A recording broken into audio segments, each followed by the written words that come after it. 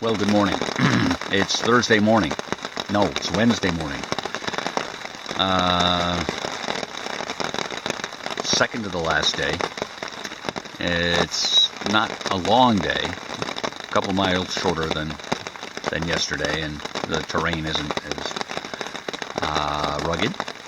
And just in terms of elevation gain and loss, I have no idea what the trail conditions will be, except that they'll be wet. So it sprinkled a little bit last night, just as I set up, and my wife sent a message, says, oh, it's just going to sprinkle a little overnight, and then tomorrow it'll be clear, but a little bit cooler. And it didn't rain at all night, until about 5:30, when I got up, and it started raining. So it was raining harder before. We'll have to see. But, you know, the damage has been done. The trail will be wet. So we've picked up about as much as we can without committing ourselves to anything. But I think now we're going to have to pack up the hammock, and, well, there's no point in not packing up the tarp as well. All right, you're probably not going to get a lot of great views today. This morning, after leaving Reddington Stream campsite, we'll continue north on the AT, crossing Saddleback Junior, reaching Poplar Ridge Lean-To and Poplar Ridge itself. We'll then descend down to Orbeton Stream. From there, we'll climb along Sluice Brook. We'll cross a couple of woods roads and finally reach the summit of Lone Mtn. We'll then continue on without much elevation change until we reach Spalding Mountain Lean-To. Looking at the profile map, we'll cross Saddleback Junior, the Lean-To, Poplar Ridge, Orbeton Stream, our woods roads, Lone Mtn, and finally the Lean-To.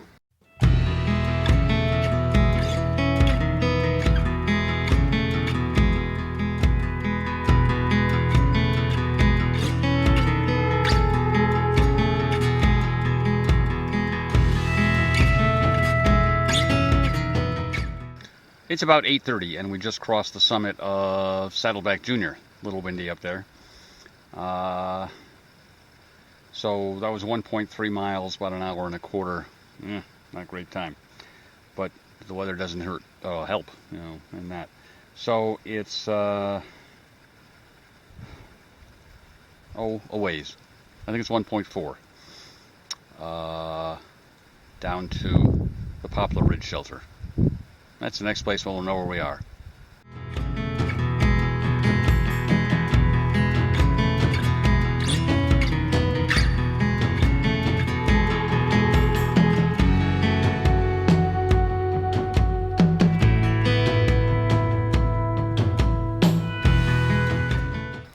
It's 9:35, and we are at Poplar Ridge.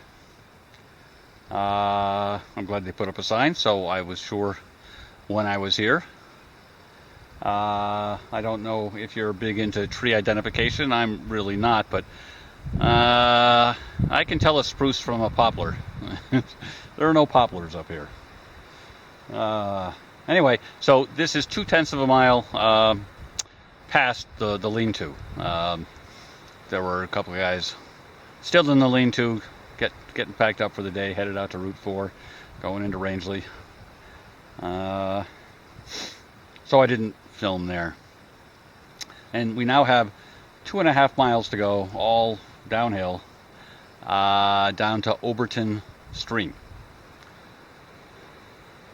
And it's we got 7.8 left to do for the day. I don't remember now exactly how much we've done.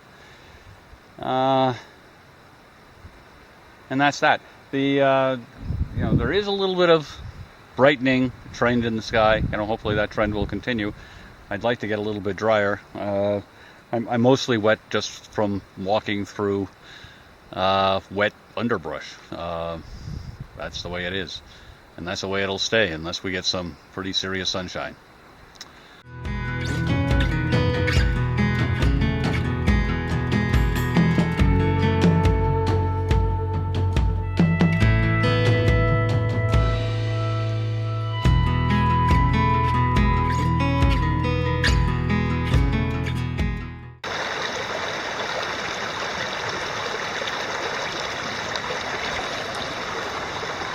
So we are at Orbeton Stream.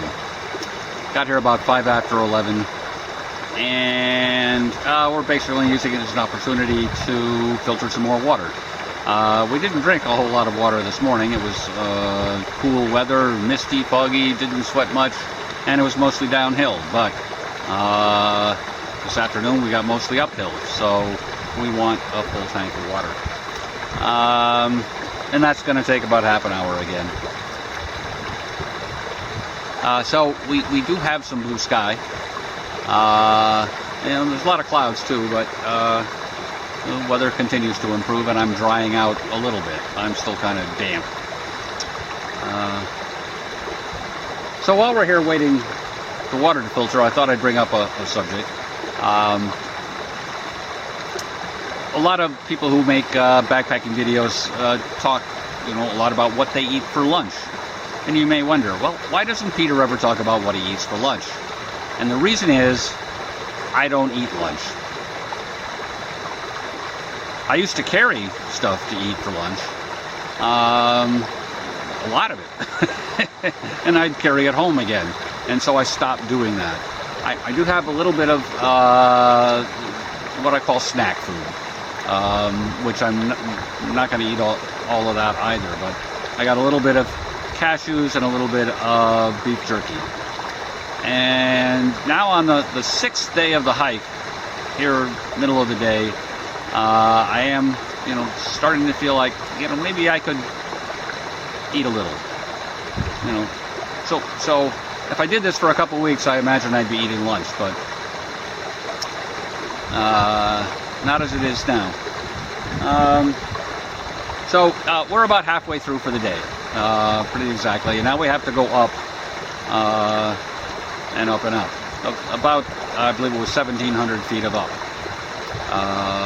There'll probably be a few features along the way that we can take pictures of or talk about.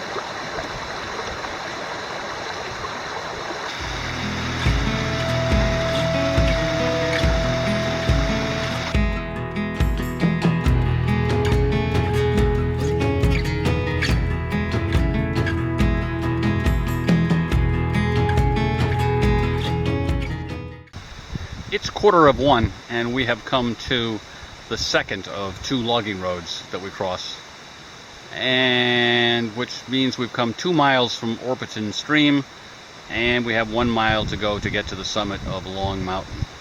But it's going to be steeper than we've been having to get up there.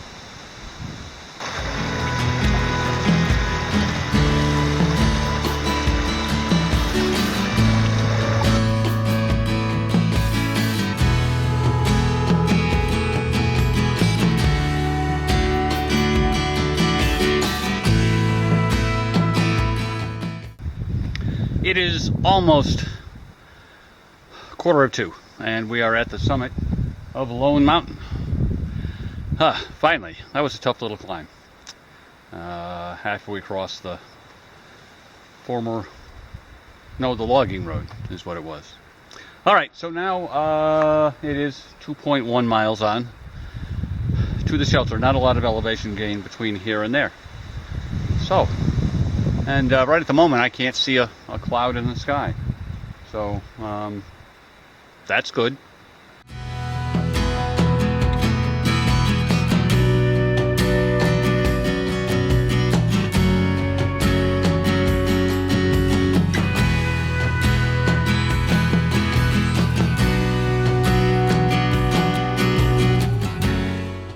It's about 2:35 and we have arrived at Spalding Mountain Lean-To. That means we did the 2.1 miles from Lone Mtn in, like 50 minutes, which is, that's good time in Maine for me. So there's no one here at all, so far as I can tell. That's what I thought yesterday when I got to that campsite. But I thought I'd try and walk you through the steps that I go through to get set up. You know, usually I just pop it on you, fait accompli. I'm set up in camp. So step 1 is to rest a little while. We'll do that. Step 2 is to find 2 trees. So we'll do that in a minute or two.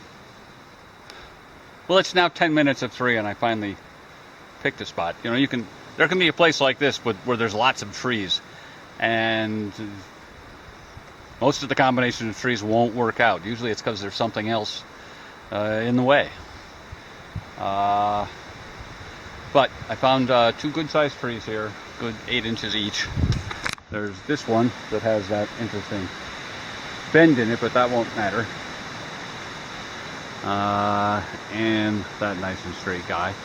And I won't point the camera up into the sun, but there's nothing overhead that's going to kill me tonight.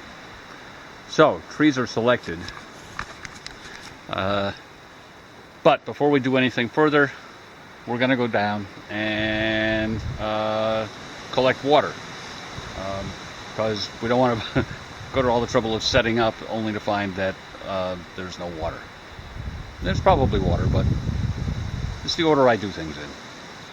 Okay, it's now 2 minutes after 3, and I'm back from the water source where I had no trouble collecting a full bladder of unfiltered water. So it's time for the tarp next. Now, sometimes when I'm tired, I'm tempted to set up the hammock first, just so I can have a place to sit down and rest, but it doesn't work out best. And I'm not that tired today, so we're going to put up the tarp now. So it's 12 after 3, and the tarp is set.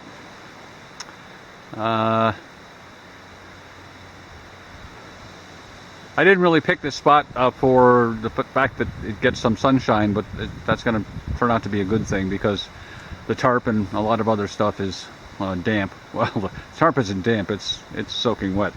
So hopefully this will get things to dry out faster. As you might be able to tell, it is a little breezy. If need be, I can tie another line from this bridle here, which attaches at 2 points to the tarp, back to that tree there, and that'll work out perfectly. So one of the reasons the tarp goes up first is because it's easily accessible in an outside pocket of the pack, whereas the hammock is down inside the trash compactor bag at the bottom, where everything that needs to stay dry is. And that means there's stuff on top of it, and I need places to put that stuff as I pull it out. And this gear hammock provides one of the primary places to do that. So we'll start pulling out stuff.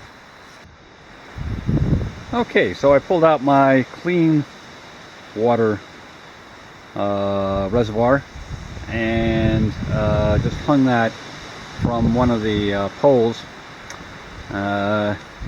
with most of its tubing stashed over there with the dirty water reservoir, just temporarily.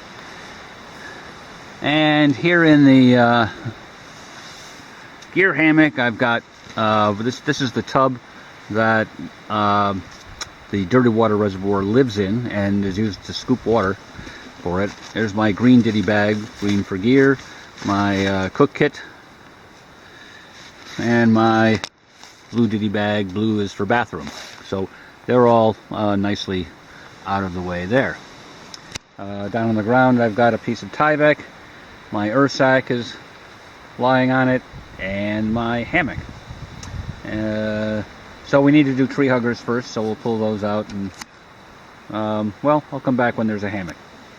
It's about 3:30 now, and we've got a situation on our hands. I did this to myself on purpose, honest. I picked 2 trees that are closer together than I usually would. They're about 4 paces, maybe even a little less. And even with the whoopee slings as short as they would go, and the tree huggers, or the Dutch buckles here, real close to the tree. The hammock is way too low. So this is kind of an experiment, but what we're going to do is eliminate the whoopee slings from the suspension and take the continuous loop from the hammock directly to the Dutch buckle. It won't be as easy to adjust, but it'll work, pretty sure. So that was a bit of a pain to adjust, but it was possible to do it. So you can see actually the limiting factor as to how close two trees can be together is the size of the tarp, not the hammock suspension. And the tarp is an 11-foot tarp, and we might have about 13 feet here between these two trees. Certainly not much more than that. Okay, so we have the hammock now set up. So if I want, I can sit down. But we also have now available as another storage location the Ridgeline organizer that Randy Papa Smurf provides. So I can stash stuff in there, like for instance this camera. Now I have a place to sit or even lounge, which certainly feels good at the end of a long day of hiking.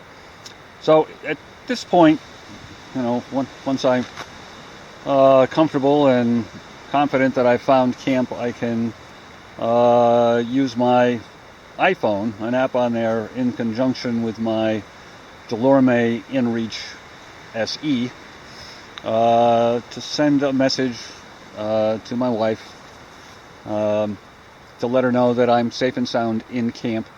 I was going to say I send her a message at home, but she's not at home. She's in Rangeley. So she arrived yesterday afternoon and reports the town is lovely and the inn is lovely. So we'll do that then, and then I think we'll look towards doing that daily sponge bath and changing into cleanish clothes. Got to be cleaner than what I'm wearing after walking through slop this morning.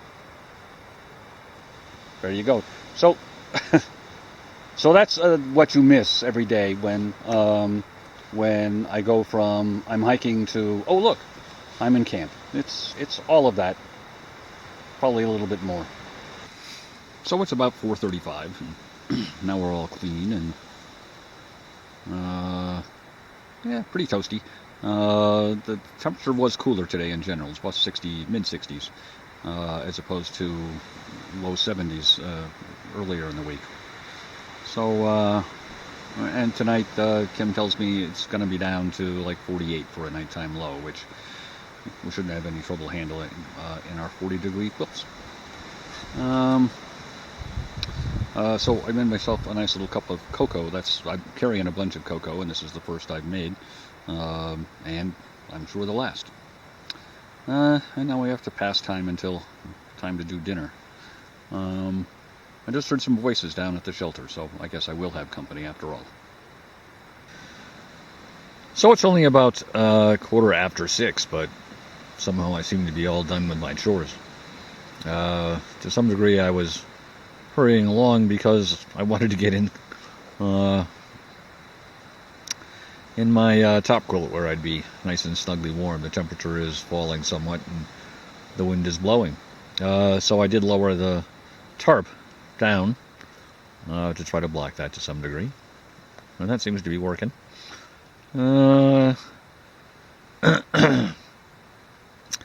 So we got a big day tomorrow, 13.5. I don't remember if that's our longest day. But it's close in any event. We got the Crockers to go over. And then out to Highway 27. Tomorrow's our last day. Get picked up by Kim. And that'll be the end of the hike, and off to Rangeley for dinner. I don't know. We'll probably dream about that during the night. But I can't think of anything else that's happening here. So, good night. See you in the morning.